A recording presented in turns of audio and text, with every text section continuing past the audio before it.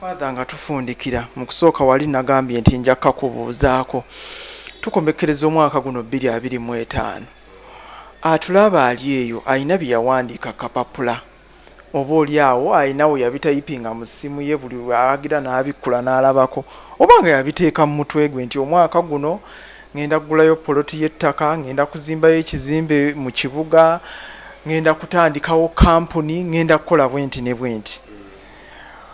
Biganye oba tebiganye, kyonna kye kiri omwaka gwo gusigala gukola ki?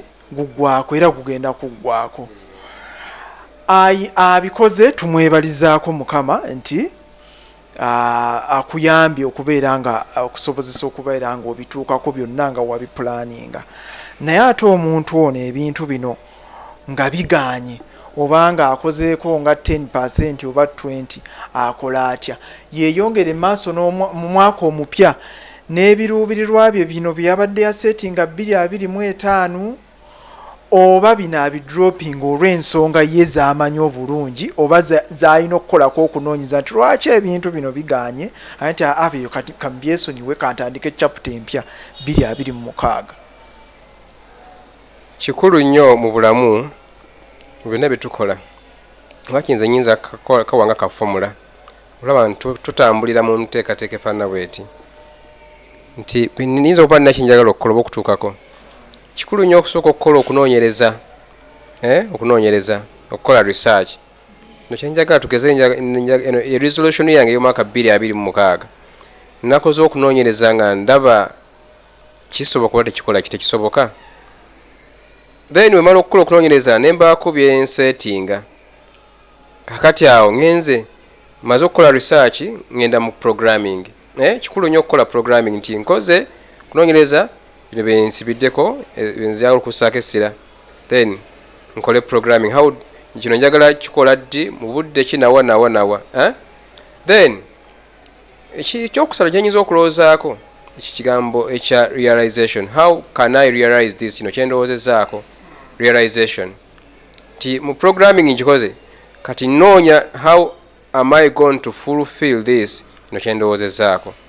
Then byonna nanga mbimaze I need to evaluate okwekebera nti mbitambuza ntebe nateekateeka okukola kati ndi mukoowola muntu oyo abadde alina bye yateekateeka 2025 okubaako byakola. Nti ng'oyise emitendera egyo gya research, programming, realization and evaluation kati budde buno bwakwekebera nti bye nateekateeka okukola byali bimeka byali bwe biti na programminga mbituuseeko babinnemeredde byentuuseeko kikulu neebaze Omukama ebiganye mbeeko ebibuuzo bye neebuuza kino lwaki kiganye lwaki kyannemeredde mu biganye mbeeko ate engeri byendowoozaako nti nyinza okubitwala mu maaso bino byebiganye oba ebimu mbidropping kubanga kiraka maybe tebyali realistic maybe nali mu abstract nali mu kuloota nga bya mu bbanga naye nga tebiri ku ground. Awo nno kikulu mu kukola evaluation olabe ebibadde realistic n'ebitabadde. Ebibadde realistic kubanga olaba tebinatuukira bulungi genda nayo mu maaso. Ebitabadde osobola bidroppinga n'olaba ate n'obaako byera byokola ki byongeramu naddala mu mwaka oguba gugenda okuddako ate n'ozifuula resolutions ezaki ez'omwaka oguba gugenda okukola ki okutandika. Awo nno zikyenyinza okwogerako mu mbeera efaanana bwetyo. Tusiibulwe oba olinayo akatale ke kanako ng'okayisaawo. Neebaza omulabi wa Fic Media gwe twali naye akadde k'owaddeyo okuwuliriza n'okulaba n'okugoberera ate nyongera kwebaza Fic ono kulaba nti bulijja nnoonya luusi mukalubiriza siba na budde najja n'akuuma n'addayo naye neebaza nti mugumiikiriza ate manyi ayebaako kyayagala era aba alina okukituukako. So nkwebaza okulaba nti bulijjo onnoonyaako ate ntubaako ensonga zetwogerako ffenna wamu. Mu mulabi nkwebazizza yasinjaga kwongera kusaba kituleme kukyamuukirira nnyo ddala buli bwe tuli muno bwa campaign naye tukole ebyo ebijja mu mbeera zaffe ffenna nga abatuuze mu ggwanga Uganda nga Electoral Commission beerambika nsaba tubitambulireko bitulaba nti biri realistic sikoowola bantu siba inciting kukola ki naye oba oli affena tuli bantu to error is human nabo bonna because kali nkoola omulabi naye n'omulala ayinza okuba nga electoral commission nga oba oli abalina kibalaba nga tebitambudde baddeyo beekebere balabe biki ebiganye biki ebasobezza bate batereeze kubanga fena kitwegomba okulaba nti tweyagalira mu ggwanga Uganda nga tewali alekeddwa bwe twali asigalidde mabega fena tutambulire wamu awo nno nze njaga kukoola fenna oba oli mukuumaddembe oba oli munnabyabufuzi oba oli mulonzi oba oli ani fenna twewala okulaba nti tutambulira kukyamuukira twewala otukozesa ensobi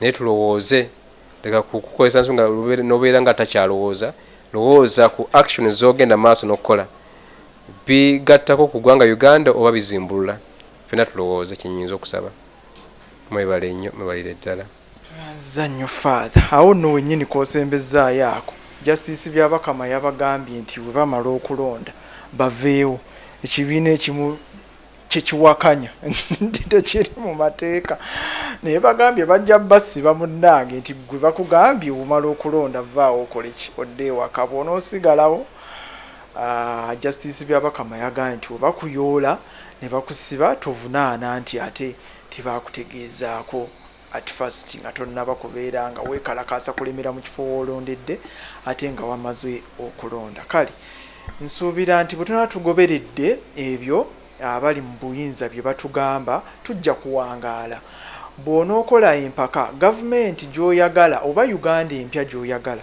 mwana wattu ojja kukusanga nga tokola ki nga toliiwo oba ejja kukusanga ng'oli mabega wa mitayimbwa ng'omulamuzi yakusalira emyaka 4 mu kkomera sisuubira nti emyaka 4 oba weginaggwerako onooba okyali mu Uganda empya tojja kusanga ate Uganda ndala oba sinakindi esingako n'obubi kweno muwabadde weekalakaasiza so nze nzikiriza nti singa abali mu buyinza abakuumaddembe n'ebitongole ebirala byonna ebitutwala mu nteekateeka ez'enjawulo singa tubiwuliriza ne tubissaamu ekitiibwa ate tuba tusobola okutuuka ku ekyo kye twagala mbadde ne father eriri sigenda dyogera linsumbuwa nnyinza okuddamu n'endyogera obubi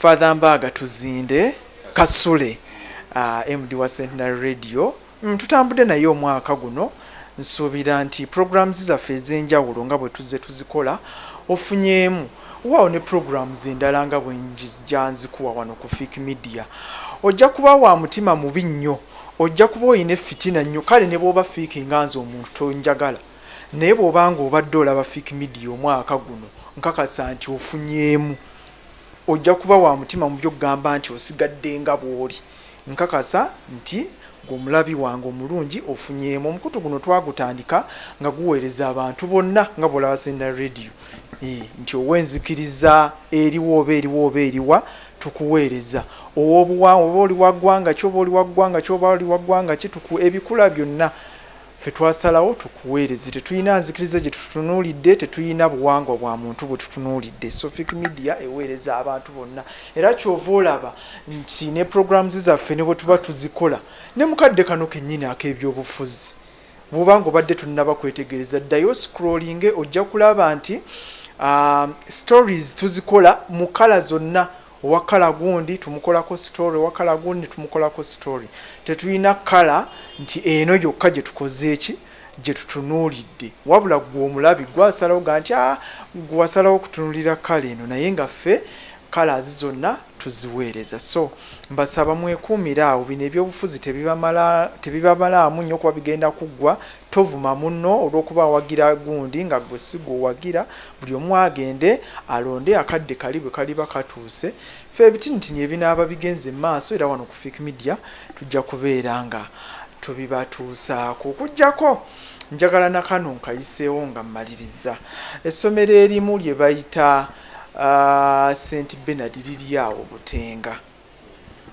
essomero eryo liri ku musingi gw'ekereziya bwe ndowooza kubanga mpulirako Saint amasomero gonna gemmanyi agaliko Saint gaba ebiseera ebisinga gaba ku musingi gw'ekereziya Fik Media wano nga bwe mutero bagamba ebiseera ebisinga nti eno company wadde nze face yaayo naye ate company eyina emirimu emitongole gyekola ki gyekola oba oli awo ngekolagana n'ebitongole ebirala.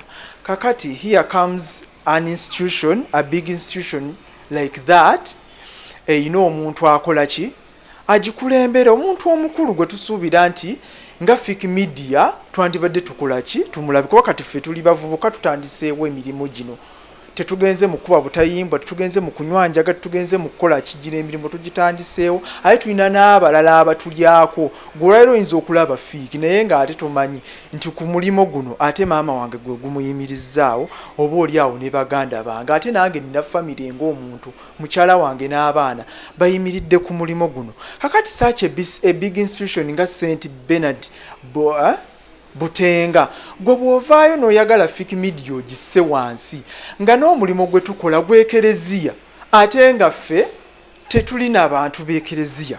Nze ndi musiraamu, ekyo tewali atakimanyi, naye n'olaga nti gwe si by'oliko, osazeewo omulimu gwaffe otuvuluge otufuule abantu abatalina amagezi abatategeera, tutaddemu transport waffe, tukuleetedde omulimo, disiki yaffe ogisse, totusasudde, emirimu gino tugiteekamu ssente. Zino kamera temulowooza nti eriyo kamera ey'emiliyoni 1 oba 2. Kamera zino za bbeeyi, microphone eno gyenkutte ya bbeeyi, ebintu byonna bye tukozesa, transport amafuta agetukozesa, tewaliyo motoka ya miliyoni 1 oba 2 oba 3. So nsaba institutions naddala nga tuyingira 2026 saagala mubeere nga St. Bernard Butenga. Nsaba omulimu gwaffe mubeere nga muguteekamu. Nze nno sivangayo wano kubaako institution yonna gye njogerako mu bubi, naye ate ekyeno institution kugamba kyasukka, nolabira ddala omuntu ng'akuyisirizzaamu amaaso kukisemberayo ddala, ate ng'omukulu agitwala, musajja mukulu nnyo, emyaka gy'alimu ginzaala, oba oli awo n'okuzaala abaana abakola ki abansinga. Omulimu gwe twamukolera gw'ekereziya ne tumunnyonnyola bulungi nnyo, ne ssente ne tuzimubuulira ze tukoze eki, ze tukoledde omulimu. Ekyamaanyi kye yakola kwonoona disiki yaffe, kututambuza mirundi 3 ku 4, tuvuga amafuta gaffe, tatusasudde, wabula n'amasimu tagakwata, leero agamba mukomewo oluli. Bambi ebintu ebyo mbadde nsaba bikome omwaka guno 2025. Nsaba atakumira mpeera abankuumire, Omukama omulungi abanjagalire.